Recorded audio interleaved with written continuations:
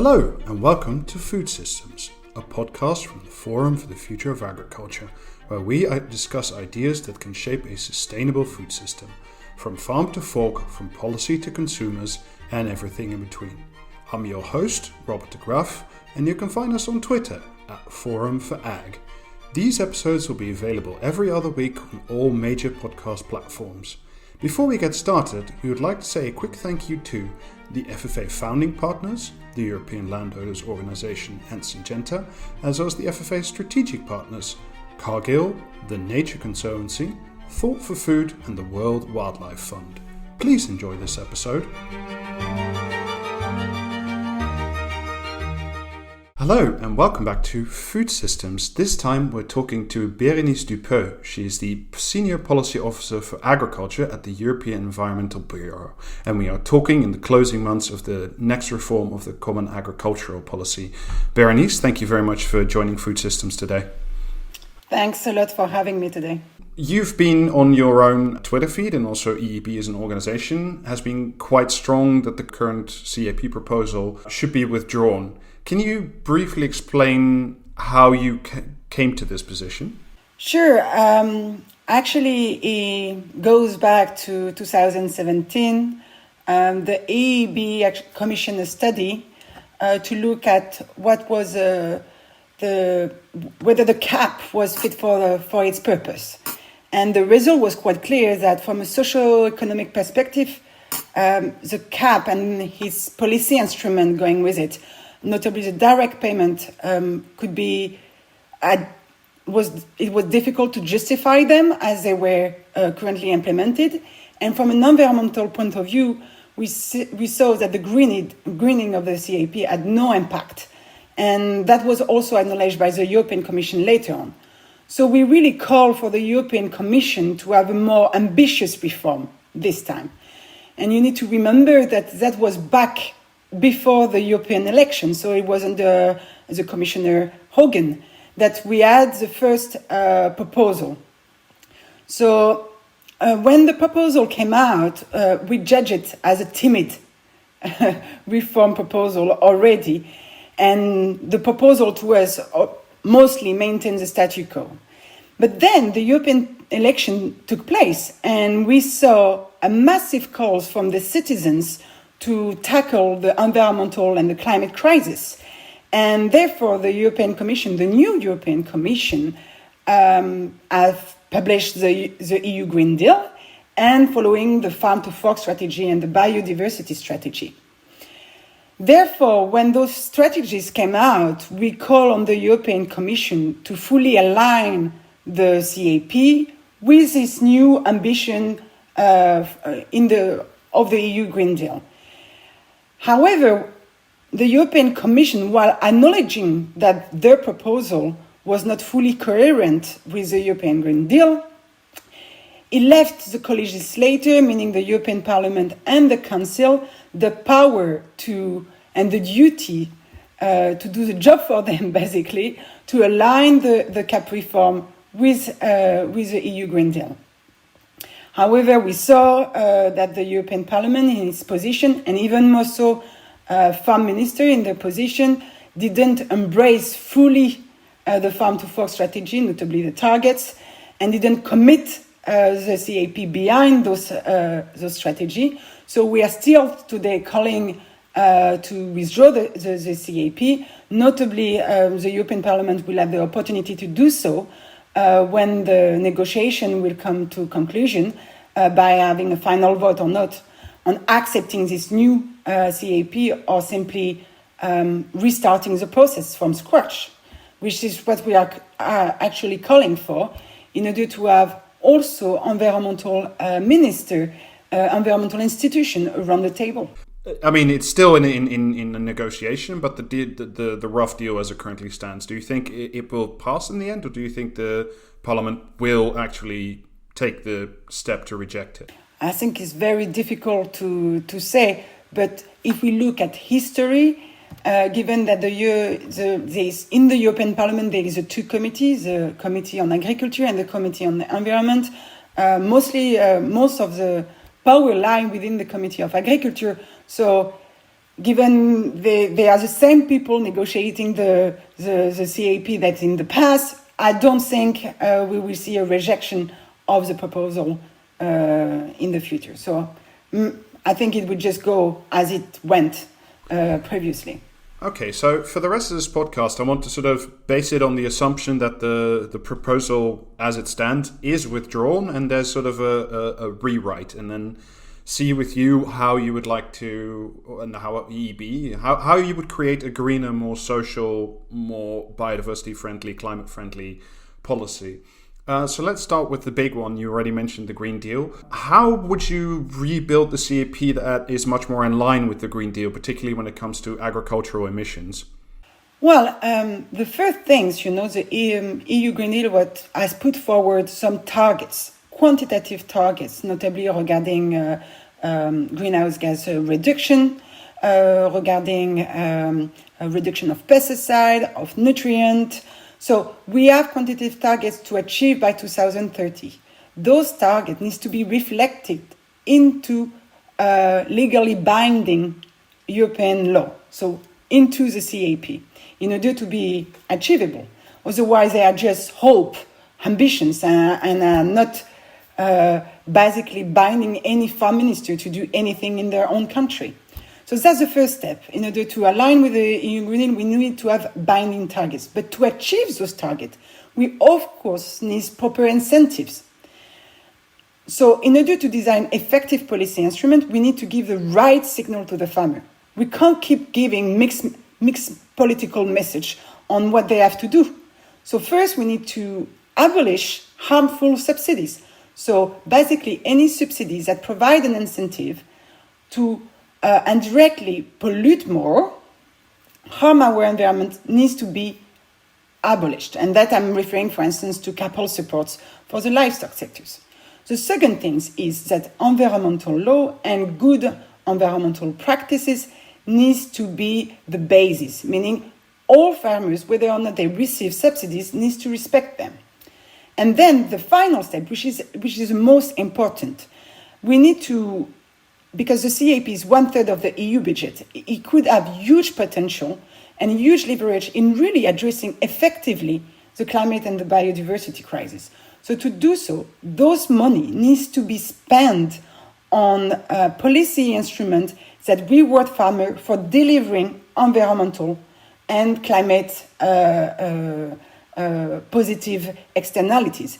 And that is important when I say by delivering, that means that they need to be monitored, we need to have solid data in order to really measure to which extent this policy instrument is effective in reaching a specific goal. And that's mean, for instance, how would you, if you were given much more free rein, how would you design a greening system or a biodiversity component of the CAP that is much more effective than what we've seen in the past? I think what we need to keep into mind, looking at the bigger picture, that we can't talk now about biodiversity solely or climate challenge solely. I think we need to ensure coherence between every environmental dimension, such as climate and biodiversity. So the accent should be put on farming systems that deliver multiple positive outputs. And thus we know that having agroecological practices, transitioning toward agroecology actually does deliver on those environmental dimension, on those multiple environmental dimensions. So we should avoid to compartmentalize measures, one for climate, one for biodiversity, one for air pollution, one for water. And so looking at co-benefits. Of course, doing that is more complex. It's a more complex exercise for policymaker. But clearly, that's the only way to respond to the emergency, especially the biodiversity emergency that we are facing. And if we look more, it's nice to step back a bit. If we look historically, what we try to do is to simplify our ecosystem in order for farmers to control the environment in which they operate. So, for instance, we use fertilizers in order to be sure that the plants are the nutrient. We use pesticides to control pests. So what we need, instead of create a blank page, And a sterile ground, what we should do now is to recreate ecosystem, and that will be human-made ecosystem, and I like to say even farmer-made ecosystem, and work with it. And this transition will take some time and needs to start today. In this different, much greener model of a CAP, perhaps we would need to redistribute the resources as well. One of the great sticking points has always been some farmers get much more than others. So how would you look at redistributing the European funds to farmers? Of course, we need a fairer CAP. And the most unfair policy instrument currently is the direct payment, which is an income support instrument.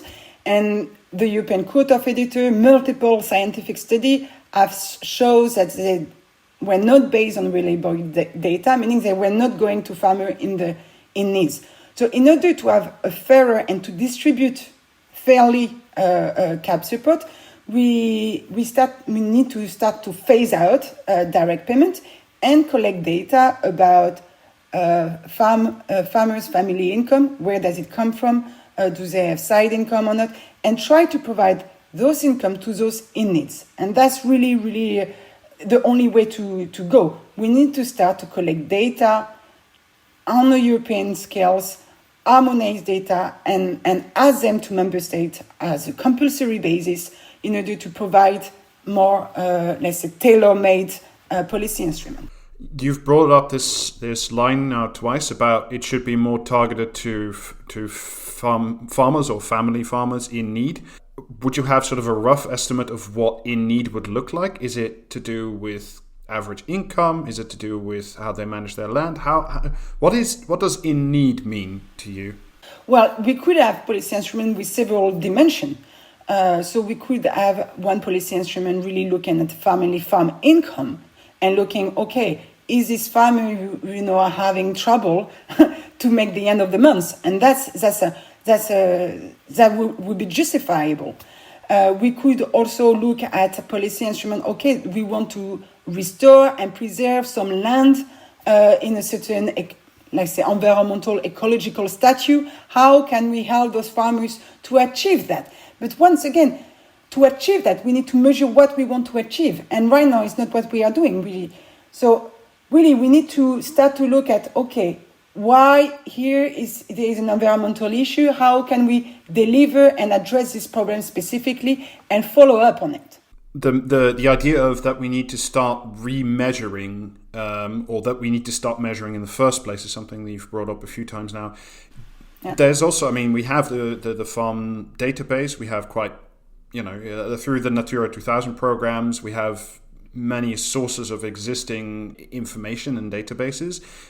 Do we need to start from scratch, or do we need to simply take what we already know and put it together and make it more user-friendly, essentially? This is actually a really good point, because there is a lot of data out there that are already collected. And the EEB is mostly working on environmental issue, and environmental authorities have a lot of data. They are not always, crossed with agri-data, let's put it like that. So we need to look at what data out there, and there is a lot, and how we can connect the dots between them, and how we can make sense of them. And that's a big effort that institution needs to make. But one of the arguments that's very frequently brought up in these types of discussions is to say, well, if we make it greener and more social, well, essentially what we will do is displace production outside the European Union to third countries, possibly with lower standards. How would a differently shaped CAP prevent essentially just us putting up footprint somewhere outside the borders of Europe? Leslie, in the unlikely event that we withdraw the cap and that we manage to have a really greener, fairer CAP, we of course need to have other policy instruments, notably trade instruments, that embrace as well our green ambitions, let's say. So what we impose on domestic production, so intra-EU, we need to impose it also on whatever come on EU territory. So we can't keep importing, foods that lead to deforestation. That's a specific example. So our trade policy need to be revamp and align with our EU Green Deal as well. So that's the only way to avoid leakage, what we call carbon leakage. We've had people on the podcast before who said, well, one of the solutions may be that we should combine several DGs either into one bigger unit, or to say it needs to be much more focused around the problem. Would your style of solutions require this type of institutional reform? Would you, for example, merge DG Environment and DG Agri, or how would it look like institutionally? I would not merge them. I would rather empower DG Environment to be able to participate to the drafting process, to the thinking process, to the co-legislative process. At the moment, for instance, DG Environment has really less human capacity to do so. If you look at the number of people working for DG Environment and the budget they have allocated compared to DG Agri. So we need to actually allow other institutions to be part of the negotiation and to have a seat at the table. Only then we can have a different story. Otherwise, it's always the same actors. So staying on the institutional side for a moment, one of the things that often comes up as a complaint against the CAP is that it's not very transparent, certainly not towards the general public, and that there is, once the reform is signed, it's difficult to get good oversight.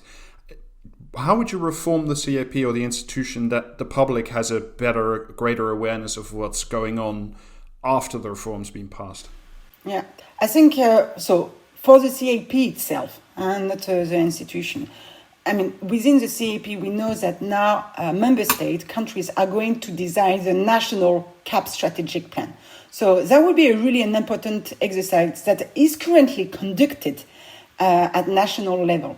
And we can see from EEB membership, because we are an umbrella organization with members at national level, we can already see that they are not all stakeholders are invited to input this drafting process. So if we really want to ensure that more transparency and simply more awareness around and understanding, I think it's really a question of credibility here. We need to have it's 1/3 of EU budget, so we need to start to think about how credible are going to be the CAP in 7 times down the line. So really, it's really important that in those drafting process at national level, all stakeholders, including environmental stakeholders, are having a seat, having a say at the table, and not are just consulted on a really last-minute basis in order to check a box. In this revised CAP that we are discussing, would you keep these national plans? Is this something that you'd say, well, that it's more detailed, it's a bit closer to the ground, or would you say, no, if we redesign the CAP, we get rid of the national plans and we try to control it a bit more at the Brussels level? No, the EEB is not against having national plans as long as they goes along with a proper accountability mechanism.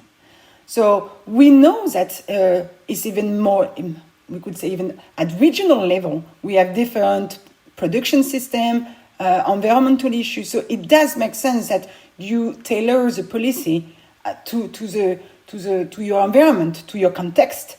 That is fine. It's totally logical, and it's going to increase the performance normally of the CAP.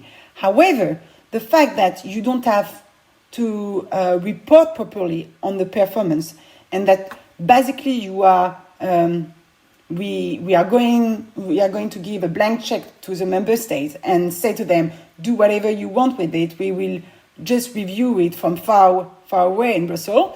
That's not fine. That's not how it should work.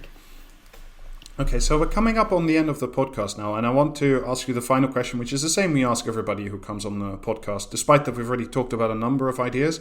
If you were to give one idea or one policy suggestion that would really make the food system as a whole much more sustainable, what would it be? I think we already touched upon it.